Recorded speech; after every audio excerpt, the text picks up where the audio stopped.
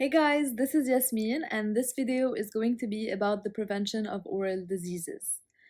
We're going to talk about three different parts: the community and school-based methods, office-based methods, and then home-based methods. First of all, I want to specify the three types of prevention. There is primary prevention, secondary prevention, and tertiary prevention. So it's really important to know the difference between those three because it can appear on the board exam.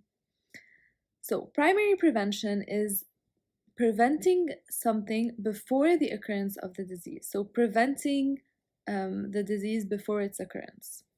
Secondary prevention is to reduce or eliminate the disease after it already occurred.